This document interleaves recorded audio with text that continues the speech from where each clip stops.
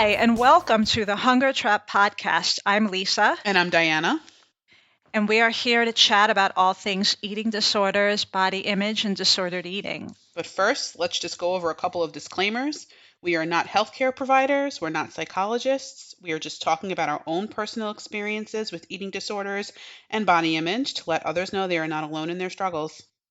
And also, if you're currently seeking treatment for an eating disorder, just please be aware that we speak very candidly about our own experiences and food and weight. So it may be triggering. Just take care of yourself before you give it a listen. So, Diana, for anybody who doesn't know, this is our fourth episode, hmm and we are friends who kind of met a little bit later on in life, even though we grew up in the same neighborhood and went to the same high school. And we bonded as adults over this shared eating disorder experience. I'm in recovery, or I should say I am recovered. I don't love saying that, but I am recovered from anorexia. And Diana, you. Right. So I struggle with compulsive overeating, binge eating. I haven't been formally diagnosed, but I have been throughout my life, anywhere from your garden variety overweight to morbidly obese. And so body image and a relationship with food has always been a struggle in my life. So, on our last episode, we talked about real women and how women relate to each other within the context of body image and weight and food. And one thing that came up was that we realized that women bond. Oftentimes, we bond with one another over this like shared negative experience of our own bodies. hmm Right, like, so we get together, and it is not uncommon to get together with women and talk about the size of your thighs or how something you ate made you feel really bad or how you feel really, really fat. hmm Yep. And that got us thinking about what that means exactly to say, I feel fat. Yes. Um, so I guess I should start with also the other thing that made us think of this topic. This topic is going to be a little difficult for us today. We found ourselves getting pretty emotional when we hmm were researching this topic and talking to each other about it. But we're going to get through it because I think it's very important. So, Absolutely. so I have a 9-year-old daughter, and she's starting to kind of become more aware of her body, which is natural at her age. One morning, very recently, before school, she was kind of getting frantic. She had forgotten to charge her iPad, and that made her upset. And then she got upset over not having cool clothes to wear. Like one day she had a unicorn shirt that she loved. The next day she felt too old for it, and she was just so upset. Mhm. So I'm trying to console her in her room, like, hey, let me help you pick out an outfit. Don't worry, we'll go shopping soon. You can pick out your own stuff, find your own style. It'll be great. And she just couldn't be consoled. And at one point she said, and I'm fat. And now, objectively, she's not. She's not overweight. She is considered a healthy weight for her height. So this is not anything based in anything that has been said to her by a doctor. And I just really like lost my shit because given my anorexia background, I just start like suddenly it flashes before my eyes like what I went through around her age and wanting to shield her from that at any cost.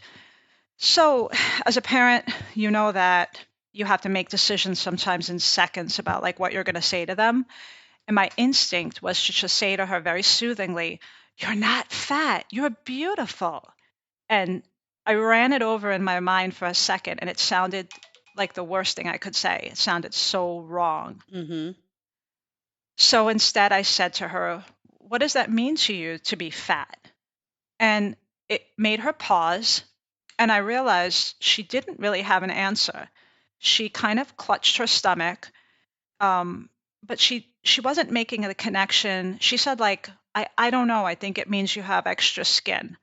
She is too young to really make the connection between that and food and weight, and she doesn't know. She just knows she like picked up somewhere along the way that it may not be socially acceptable to talk about what you're really feeling. You're confused, you're sad, you feel all these other emotions that we feel, but it is socially acceptable to say I feel fat.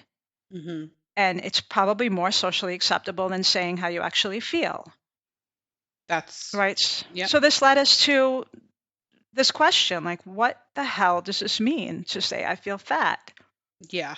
And for me as a fat person, so to me, fat fat is an objective, it should be an objective term in the sense that you're fat, meaning you have extra adipose tissue on your body, you have extra lipids on your body, right? But the problem is that when you're looking at the word fat, it's like looking at an iceberg in the water. You see the tip, the teeny, teeny tip sticking out of the water, and underneath it is everything else that's associated with that word. So when I hear somebody say, I feel fat, I have this visceral reaction, especially particularly when it's a thin person who's saying that, because there is a lot of discrimination against overweight people in our society, and we are marginalized.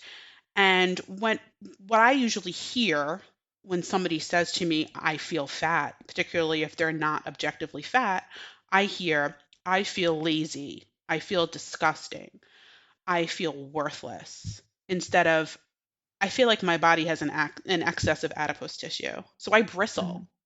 because Right. I feel like you're using a physical description of me to characterize either bad emotional feelings or character defects and moral self judgments. And that when you're looking at me as a fat person, you think that I'm lazy, worthless, disgusting, undesirable, and unlovable. Now, this is obviously something that children pick up on, or they're using this phrase as a catch all for I feel unworthy. I Hmm. feel not good enough. But this is also like I have my own iceberg of baggage attached to the word because of the experiences I've had through my life. So we felt that it might be a good idea for us to poll our friends and ask them what that phrase means to them, right? Hmm. And that brought on a whole lot of feelings for each of us. So we went on Yeah. Facebook. We asked the question just very simply. We were very honest. We said, we want to chat about this in the podcast. Can you please let us know whether, it doesn't matter if you're a woman, a man, however old you are, what does it mean to you to feel fat? Mhm. So Diana got, it looked like you got like a million responses. Right. So we asked, what does it mean when you say, I feel fat? And how do you feel when a thin person says it? How Hmm. do you feel when a fat person says it? And what about if you hear a child say it? Right. Yeah. So, So I got six responses. Six. They were all from either thin people or formerly thin people who maybe gained a little bit of weight when they turned 40 and now feel uncomfortable in their bodies. And not to diminish their feelings whatsoever, but this brought up for me this feeling of shame that I couldn't really put into words at first. So I was like texting Diana and I'm like, look, this feels really bad. I need to delete this post. Um, I don't feel like I have the right to ask this question. I feel like because I've only had the experience of, quote, feeling fat um, through my eating disorder, I've never actually been in a larger body. I feel like I'm asking people to reveal something that I can't completely empathize with. Empathize is not the right word, maybe. I like, can't relate to it. I can't relate to it. And I felt like, do I have the right to take up space with my feelings or thin people's feelings about feeling fat? So I really wanted to delete it. And you were just kind of like, no, don't delete it. Let's, we have to face this. We have to, like, this is uncomfortable. Let's face it. yeah. I mean, I did get a lot of responses, and most of them were from overweight people. And then some were from thin people who weren't as thin as they used to be and are therefore suffering, even if they're still living in a conventionally small body. It's a very uncomfortable, out of control feeling to go to put on a pair of pants that no longer fit you. And I am completely very familiar with that feeling. So, I kind of had to separate myself from their suffering because suffering is relative. So, if now you're a Mhm. size 4 and you used to be a size 2, that might suck to you. To me, I'm like, I think, I don't know, I could go on a desert island and be there for 5 years and I would still never be a size 4. So it's just like, Yeah, to me, I'm kind of like, all right, calm down. But right. this, And and then also I felt like another kind of feeling of shame, because shouldn't we just be able to say like why are there so many negative personality traits associated with like how like I'm not explaining it well. I felt like hmm, I'm struggling here. I felt like maybe it's wrong to even feel ashamed to ask the question, because it shouldn't be any more shameful than asking, how does it feel to live your life as a blonde versus brunette? Like, why is it even a thing to like hide? Why can't we just like accept that we have different body types, you and know, and talk about them without thinking it almost feels like you're setting it up to be like this one's better than the other. But I mean, Just in reality, in our society, being thin is better than being overweight. It just, I mean, that is a reality of our society. And I think that you are, when that's thrown in somebody's face, when they're not in the body type that needs to deal with that attitude over and over and over again, it's extremely uncomfortable. So I'm not surprised that you were A, uncomfortable with asking the question, and B, the fact that mostly thin people answered you, and mostly overweight people answered me. and you predicted it. You actually thought, you were like, this is what's going to happen. I was like, nah, let's give everyone a chance. I get more fucking responses when I ask like what your favorite pasta shape is. I got like 120 comments. but This, 6. nobody, okay, listen. Nobody wants to talk to a fat person about being fat if they're not fat. It is a very uncomfortable subject because we all know that being fat in our society is seen as less than. So I completely understand why my thin friends were like, I am not touching this shit with a 10-foot pole, Diana, because you're going to rip my head off and shit down my throat. I totally understand being nervous about that. But this conversation, I mean, you were having a lot of feelings, right? And I was having lots of feelings Yeah, I because, felt like a dickhead. I felt like a supreme dickhead. see, and I turned into the Incredible Hulk. I was like, I'm ripping my purple pants and I'm going to be like the Incredible Hulk right now because I got so angry and the jealousy, like a very ugly side of me came out, particularly when my friends who are not overweight but a little bit bigger than they used to be answered me. And you know what? It's so not fair that I would feel that way. Yeah. It Well, really I isn't. have I had I had some ugly feelings too, but I'll get into them later. I think we should probably share some of the responses that we got, because some of them were very profound. Yeah, but I just want to make this point about my anger and Mhm. the reason why this is so difficult for me. I'm a pretty intelligent person. I have more than once in my life said that I would gladly give up a large chunk of my intelligence to have a conventionally thin body. I would do it in a Mhm. heartbeat. I would do it right now, even though all of my success in life can be tied to my brain and my personality and not my body. It's very sad, but it's true, and it still is true. And I think that is probably why I got angry hearing that, and probably why people were afraid to respond to the comment if they didn't also struggle with their weight, because they were afraid that I would get angry and lash out, and I may have. Mhm. Um, and the responses from the objectively thin people did make me feel angry and jealous because they enjoy a privilege in our society that somebody who looks like me can never have. So I just wanted to make that point before we Yeah. got into it. Gotcha. Okay. All right. So, I guess we should sum up maybe first the kinds of responses that we got, because there were a lot of things in common among them. Mhm. One thing was just people are very angry when thin people talk about feeling fat. feeling fat, keyword feeling fat. Yeah. Their argument is that you don't feel fat. You either have more body weight or you do not. It is not a feeling. So that came up quite a lot. Yes, it did, but through our discussion and through reading what other people said is saying you feel fat is kind of a catch-all for other feelings that maybe we're not comfortable discussing. And that was something that somebody who's objectively fat, I was like, "Oh, okay. This is not what I expected." You know what I mean? Yeah, yeah. So I think, it opened up my eyes too for certain things.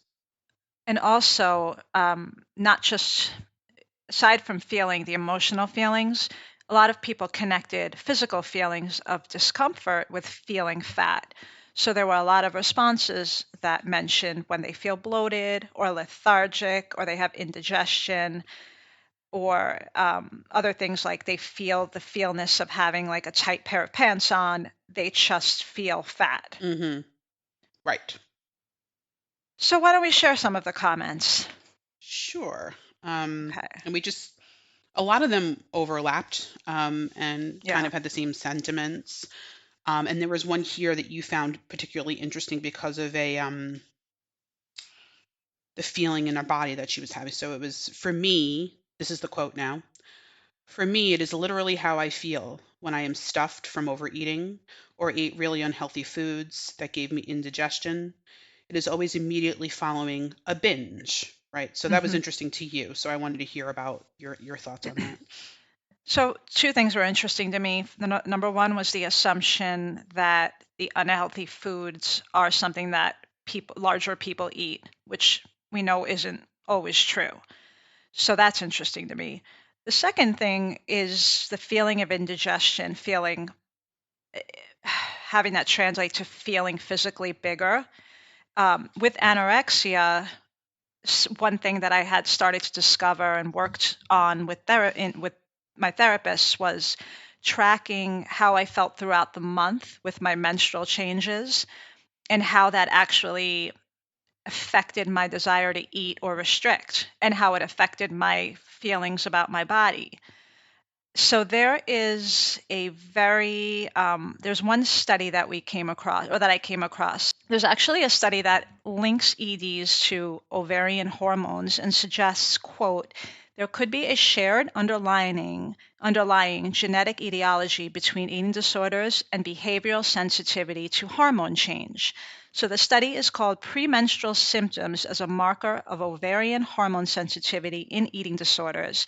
It's published in the International Journal of Eating Disorders, and the authors are Jessica Baker, Sabrina Hardin, Laura Thornton, and Melissa Munn Chernoff. There's just not a whole lot of research like this. You just, when you search for research on eating disorders, you're like, why is the study from 1991? And this one's not. This one's only from, I think, 2019. But it's interesting that we're starting to think about how the feelings that we have in our bodies might be affecting these desires to restrict or binge, because the study looked at anorexia, bulimia, and binge eating. So anyway, so that's why I found that interesting. Right. So you mentioned having you feel that your eating disorder symptoms will wax and wane kind of with the hormonal changes that you experience over the month. Yeah, I actually, when I had to start tracking, in a journal, I had to also track where I was in my menstrual cycle, which was fascinating because you really did start to, I really did start to see that around ovulation, for example, I just had like a less of a desire to eat. It was very interesting. And around ovulation was when I could actually feel the egg dropping through my body, which I know you I say you feel the same thing. I do too. I mean, Yeah. this study was very interesting. From a scientific perspective, I did have some critiques of the study design, that we don't even have to go through necessarily. But there were certain things that had I designed the study, I would have done a little bit differently because, I mean, I will say that it shows a correlation between certain premenstrual symptoms that people experience. Excuse me, certain symptoms that people experience in their menstrual cycle and different components of the different eating disorders.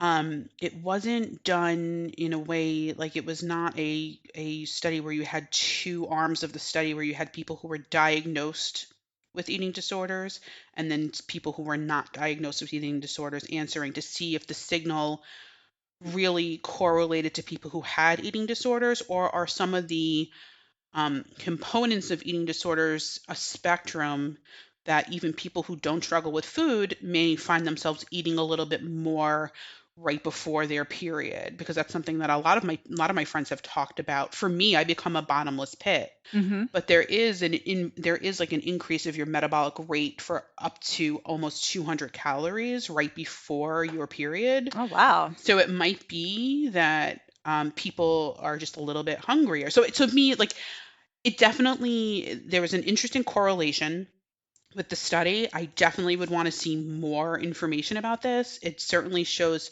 a correlative relationship between these symptoms of PMS and PMDD and also eating disorders, but Mm-hmm. definitely more work needs to be done to really tease out any true um, cause, causative effects there, if that Gotcha. makes sense. Yeah. Gotcha. Mhm. The next comment I liked a lot too. I think this is one from you. The person writes, I've said it probably more than I can count. I've totally overeaten and even starved myself at times to suppress, combat, or avoid emotion. It's an amazing feature about us all how our mind creates this narrative that we're a part of, and food and our relationship to it is the main character. Just like the personification of food is so intense there, because as someone with an eating disorder, you probably relate to that. Absolutely. It's my dark companion, as I always Yeah, say. Yeah. Yeah, that was actually very beautifully written too. I know, Yeah. poetic. Yeah, and then you have people who are, it really saying I feel fat really um means to them a feeling of bloating, lethargic. And then there's also the I look fat in an outfit, but they don't really conjoin. This person didn't conjoin feeling fat with looking fat. Hmm. And I can't even remember who it was, but I think it was a woman. She said, I mean, I always look fat because I am fat.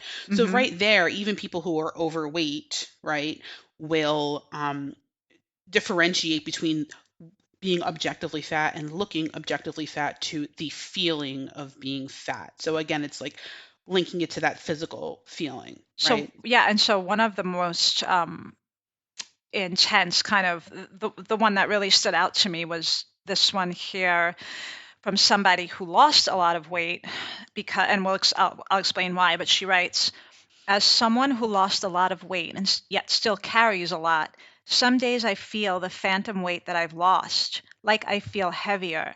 Other ways it manifests is that I feel more squishy than my normal squish. These feelings are generally tied to stress, lack of sleep, and the domino effect of not paying attention to my diet. Sometimes I've gained a pound or two, other times I haven't. In any case, it signals a reset of some sort. This makes me think of, well, we've spoken about it, of not always being able to see your body truthfully, especially if you've had an eating disorder or if you've either um, gained weight or restored weight after having anorexia. It's still it almost seems like your mind refuses to catch up with whatever has happened to your body. You Absolutely. know, Yeah. And I think people who suffer from eating disorders they don't have a deep connection with what they actually look like. I think there's a lot of body dysmorphia. definitely. Yeah, And so, I know this particular person has lost a tremendous amount of weight. She's extremely inspiring. And we've had over the years plenty of conversations about what it's like to move around as a larger person in our society. But yeah, I can really identify with this comment because I don't have a good connection with what I look like. And if I feel like I am, quote unquote, eating out of control, I feel that I am gaining weight out of control and that I am much fatter than I was a week ago. Like it's, mm-hmm, I really do identify with that. mm-hmm. Yeah. What's the next one we should share? To me, it means Um, a change in overall health. I'm not as limber. I'm slower, sluggish. Stairs slow me down. I'm tired. My mood has changed. So I sort of stopped at the word limber. And I remembered back in like the early 2000s, I had a friend who ran a burlesque show in the East Village. And she had like this line of women, beautiful women of all sizes. And there was no problem being limber. Like these women were as limber as fuck. So I'm like, wow, what an interesting thing to feel and to connect that with being a bigger person. I'm a bigger person and I'm extremely flexible. It's kind of You're freaky. very It's kind of limber. freaky. I'm very limber, actually. Yeah. um, okay, the next, but yeah, but I mean, so this person basically feels limited from a physical sense from gaining weight, I guess, Right, or feeling fat to her is actually changing her mobility. right, right. Right. So let's see. We have I am objectively fat. When I say it now, it means that I feel like the world isn't made for me. My seat is too small. That 2X piece of clothing is still too tight. Or they don't even make my size. When I said it as a thinner person or as a person who believed diets work, it meant that I wanted to lose weight. So this particular person has been at both ends of the spectrum. And I understand what she's saying. I think it was a woman.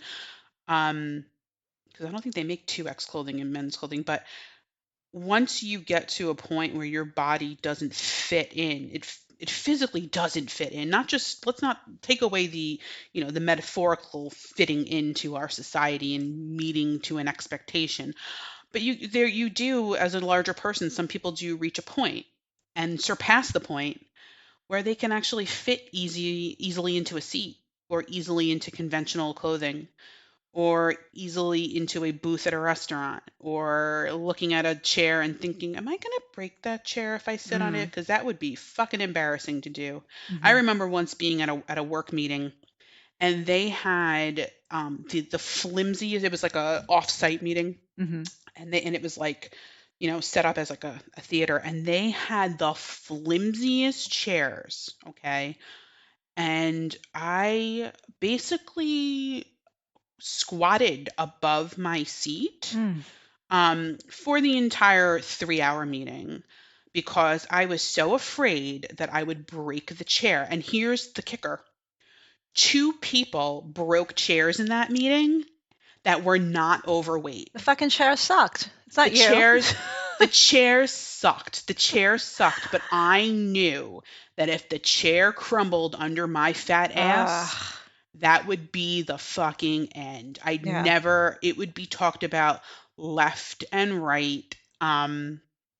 Yeah, I mean, at that particular job, so well, like if I may take a little detour, I remember at that particular job, I had to travel, and that was when I was at my highest weight. So fitting in an economy seat for work, for travel, an economy seat to fly was damn near impossible for me. And so I, requested, I said, this is kind of like a health thing. If I wedge myself into a cross country flight seat, I'm going to be uncomfortable and I'm also going to put myself at risk for blood clots. Mm-hmm, Can I pay to upgrade my seat? Like I'll put extra money towards it, or I'll use miles or whatever. I mm-hmm. just want to be comfortable. And I was mocked and ridiculed and called a prima donna for wanting to fly business class. Like it was really, really uncomfortable. Oh, man. And I was like, you know what? I was trying to make this quiet. I was trying to take care of it myself. I was trying to accommodate my girth and take quote unquote responsibility for it. Whereas if I like, think about it, if we had somebody who was about 6'6" and they needed to be in a business class seat so that they wouldn't have their knees against their chin, nobody would think twice about that. They Yep. would be like, "Oh yeah, we need you to be comfortable." But because it was because of my weight, it was a little bit different. So Yeah. those are kind of things that like objectively fat people have to think about. Yeah. And thank you for sharing that because I don't think that we think that way. And we should think more that way. We should hear your stories and. Mhm. And this one broke my heart. And this is something that this quote. Now I'll read it and then we could talk about it. But Somebody wrote, and I don't know if it was a woman, but the person wrote, I don't think that I say I feel fat. I say it with much more negativity. I say, I'm a horrible, awful person. I'll be fat for the rest of my life. I'm lazy and have zero self control. I'm worthless and I'll always be alone. And I just went to you, well, fuck, that's a lot to feel over body weight. But you were not surprised at all by this comment. No, I would say probably, I mean, I can't say all fat people or fat women have felt this. I would say an overwhelming majority of fat people have felt exactly what this person said. Because, like I said, it's that iceberg. The word fat's that tiny little thing sticking out of the water, and there's a huge mass of all of that other worthless, lazy, stupid, Hmm. unmotivated, no self control, uneducated, it all sitting under the surface of the water of our society, but it is there. And every fat person that has even slight awareness of the world around them knows that. Mm. And so then there was a shift. Then we started getting a few comments from people who are objectively thin, and some ugly feel. It kicked up some ugly feelings for both of us. So, and again, not to and put it down any of these, everybody's feelings are important because they reflect how you feel about yourself in the world, and nobody should feel poorly about themselves. But the first comment was, it is more something that I have been saying to myself lately as my metabolism changed and I gained 15 pounds once entering my late 40s. While I am still considered thin, it is just not the body metabolism I have had for my entire life. And I can't pull my pants up over my hips. So it is just part of coming to terms with the aging process and feeling bitter about it, as I liked being able to eat what I wanted and still fit in my clothes. And I'll stop there. Oh, but I will skip, because at the bottom she writes, but I am very conscious that nobody wants to hear a slim person complain about gaining weight. So felt like I couldn't actually talk about it with people. And that was kind of we got that we got that comment together, and it was very helpful to hear that. But then mhm. all of the comments that I got from people who were thinner, somewhere in the comment they said something along the same lines. I feel really bad saying this. I don't like to say this. I know that, I don't have the right to say this. So they are aware for the most part that, like, this is going to piss people off. Well, I think, I'm never going to tell somebody that they don't have a right to their feelings. You know what I mean? Like this person, I identify with how uncomfortable it is to have a body that changes and you feel like you haven't changed anything, right? Right. And then all of a sudden you can't pull your pants up over your hips. Like I completely identify with that. But my visceral, well, do you want to talk about your reaction or? Sure. So I had an ugly reaction. Well, I would like to first read the comment from the person who has or who is recovering from anorexia.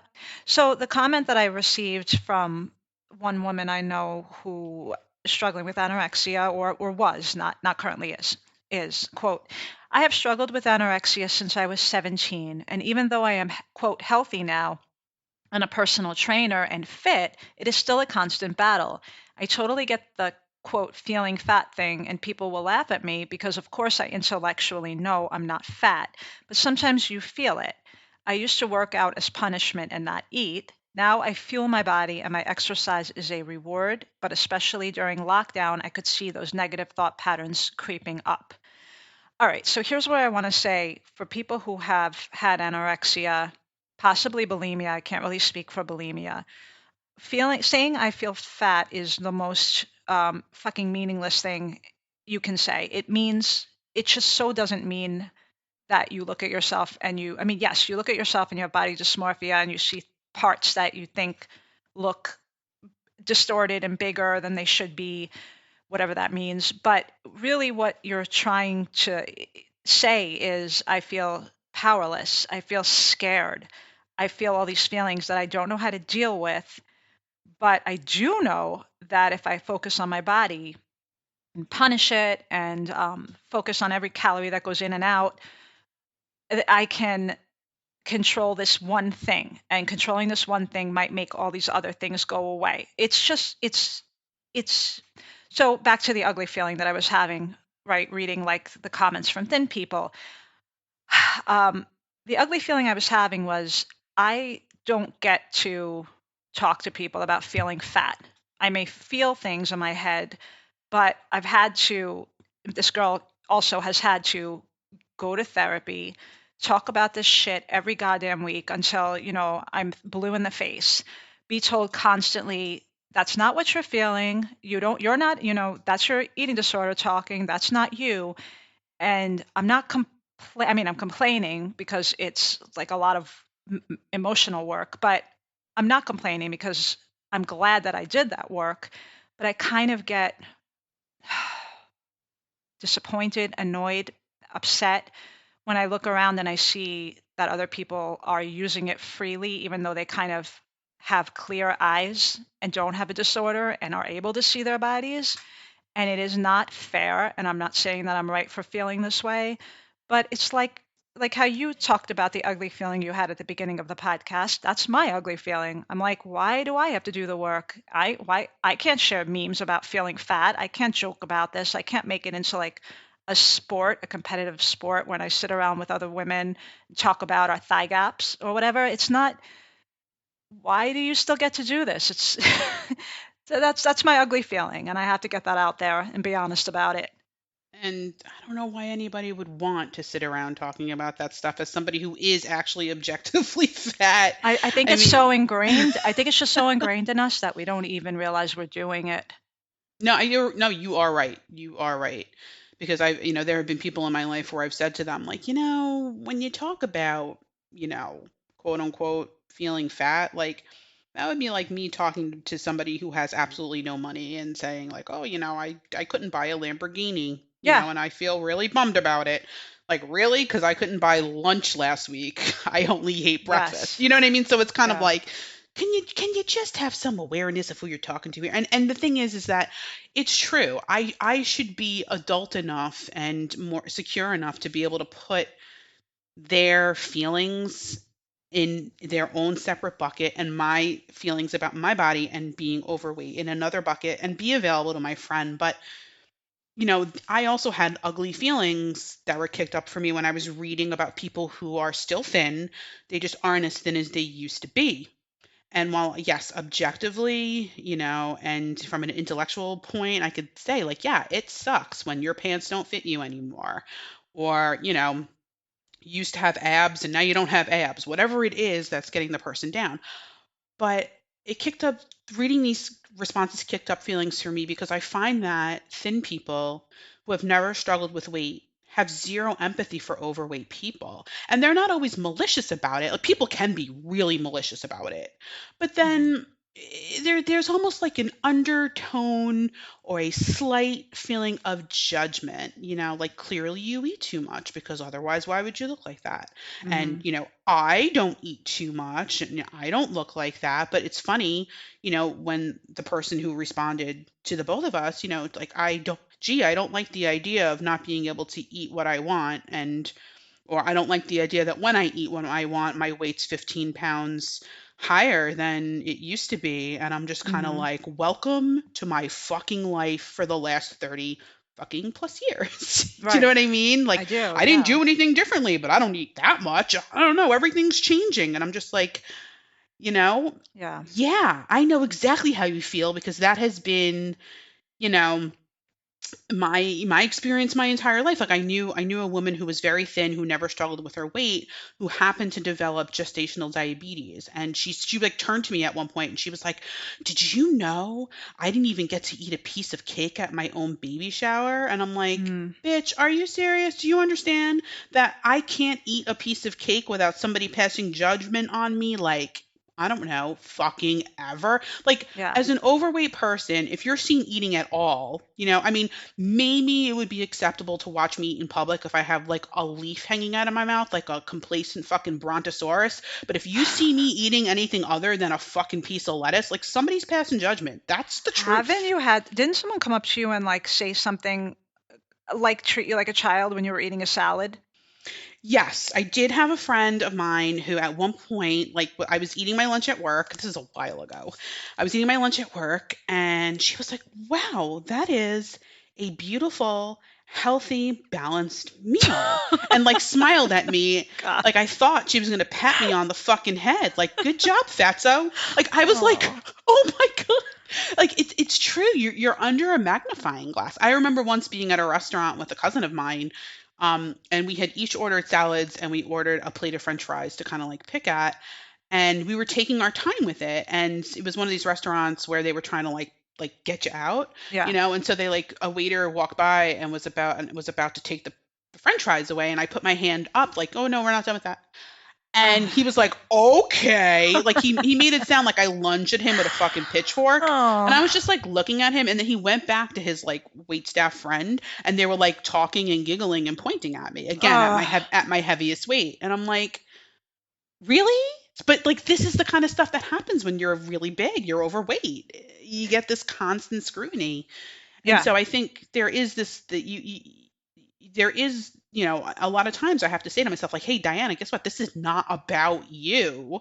Let it go." Like reading this person's statement and their struggle with the 15 pounds, Right. not about you, girl. Let it go. Right. This is about her, and she is completely entitled to those feelings. But So, yet, there's still a part of me that feels like maybe there's like a social responsibility among adults to sort of try to put an end to the want to call it diet culture. I don't know what else to call it, but the culture that keeps us competing with one another for whatever, like, or competing with ourselves for this skinny.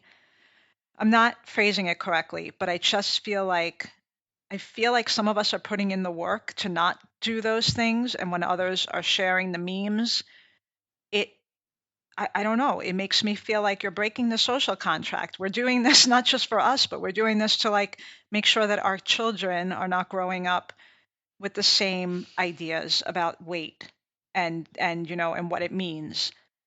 yeah. So I do, maybe because I have a younger daughter and a young son, I do see it differently now. I do see it as a social responsibility. And I don't, and I get upset when not everybody takes it, seriously. But that's a little ridiculous. Like I'm not going to change how other people feel about their bodies. I just can only focus on how I feel or how I talk about my body or don't talk about my body. Yeah. I mean, there is a nice long quote that you remarked that you really really like, and it was made by somebody who I know does struggle with her weight, and has been various sizes over the course of her life. And she wrote, "I feel fat." When she hears somebody say, "I feel fat," a thin person, it used to madden me. Yet over time, I have become more empathetic and realize it's their own truth. And if they feel fat, they feel less than and unworthy or whatever it is they're using, Hmm. who am I to judge? I have worn the hat of cheerleader. "What are you talking about? You look great. I'd give my left X to be that fat." But then I realized that that's an unkind response. What I really wish it didn't have to be so black and white. A while back, with one of my prior weight loss conquests, as everybody fussed over my weight loss and perceived improved appearance, one friend said, "Healthy living really agrees with you." And it was probably one of the kindest, healthiest comments ever said about a weight loss. I wish there was an inverse response with an equivalently kind sentiment when somebody, thin or not, says, "I feel fat," because honestly, it has nothing to do with the scale or the size of their pants, but rather a negative judgment about themselves. And as women, we have been enough places that we put ourselves down. I wish this wasn't one of them. I love that comment so much. Yeah, Whoever she's you are, you are awesome. you are amazing. She's awesome. She's Yeah. awesome. She's so right. She's so right. And I hope that the message we're sending out by sharing our like ugly feelings isn't all negative, because we want to get our ugly feelings out there because they're there. We have to talk about them. We all have Mhm. ugly feelings. Talk about them. Let's get over them. Let's examine them, and let's also make room to empathize with people who just feel bad about themselves for whatever their reasons are. Yeah. I mean, Do you have any more comments that you want to review? I don't. We should probably move on to some takeaways because we both came across some really awesome articles that we should mention. Yes. So, in trying to move away from using the words "I feel fat," like if you find that you do use them, there's an article written by Hadley Freeman over at The Guardian called "What Women Really Mean When They Say They're Feeling Fat," that provides a really nice summary of like what the shorthand is of "I feel fat." And it mentions a lot of the things that we talked about, like the feelings of feeling scared and unsure of yourself and uncomfortable with your body and your life in that moment. Mhm. Yeah, so it gives you examples of using more specific language than using that catch-all "I feel fat" phrase because that could be very damaging to actual fat people, Hmm. right? Yeah. So there was an article written by a writer who goes by Your Fat Friend, um, and I urge everybody to read it because the title of the article, and it was published over at Medium, Your Fat Friend Does Not Feel Fat. And there were two quotes that really, I feel like when I read that article, I'm like, oh, you basically summarized everything I feel Mhm. um, in a beautiful way. So there's two quotes that really stuck out to me from that article. And the first one is, being fat is never as simple as a feeling. And feeling fat is rarely about the shape or size of a body. Feeling fat is shorthand. You say it when you feel unattractive, slovenly, lazy, dissatisfied, and unsatisfying. My body becomes your shorthand for your shortcomings. So Mm, think about that the next time you say, I feel fat in public or around somebody who struggles with their weight. And then the next quote that I thought was great was, fat people are casualties of this friendly fire because our needs are so rarely considered. Countless thin friends have told me they feel fat because it doesn't even cross their mind that their feelings might impact me. After all, they're just feelings, right? And people are only temporarily fat since we're all duty bound to lose weight at all costs. If I don't lose weight, then my experience needn't be considered. Who needs to account for the feelings of that lifelong fat ass? mm. So those two things, I mean, the whole article is just beautiful. I urge you to go ahead and read it. Yeah, it really Um, is. because I think that would help with finding the right words to really address what you're feeling. And also, Um, Emily Jordan wrote an article entitled "Stop Telling Women They're Not Fat," published in Medium. And she actually offers concrete examples of things you can say when somebody says they feel fat to you. So one is, what would happen if we said, "Oh no, why do you say that? What's going on?" So just not assuming that what they're actually talking about is that they are fat. The mhm. second thing is, what would shift if we said, "Man, I'm sorry you feel that way. I know that's not a good feeling. Why do you feel that way? What can we do to alleviate that feeling?" So yeah, so there's just some helpful resources if you're feeling the way we are about this topic and trying to kind of get past saying "I feel fat" and expand our vocabulary to include Mhm. all these other feelings that we actually have that may be shorthand for those words. Yeah, and people like me need to take a step back and not take it personally, even though it's really hard not to do it, and realize that what the person is expressing to you has nothing to do with fatness and something and has everything to do with another negative emotional feeling. And if you feel compelled to do the emotional work to help your friend identify what's really wrong, those are some good phrases or some good steps to take with your friend to really drill down to see what the actual issue is. And I think we didn't touch on it in this discussion, but we're going to touch on it in your future podcasts of what it's like to experience hearing a child say that and how to handle it. Absolutely. The I Yes. feel fat phrase, I'm right? looking forward to hopefully having on like our first guest who can give us more insight into that and help us out as parents. Absolutely. I'm really looking forward to it because, I have a son. And I'm not gonna lie, I kind of breathed a sigh of relief, like, oh, I have a son. It's not Yeah. going to affect him. My problems are not going to affect him because it would be way worse if I had a daughter. But from what we've heard from other people, little boys are affected by this kind of stuff too. Sure, men So, are affected too. yeah. Absolutely. All right, so I think we're Yeah. running out of time. Okie But dokie. we want to thank you guys for spending this time with us and for tuning Yeah. in. And we will see And you next time. Thank you. good luck with your journeys. Hey, we didn't cry, Lisa. This is great. We didn't cry. Take care, All right, take everybody. care, everybody. Bye.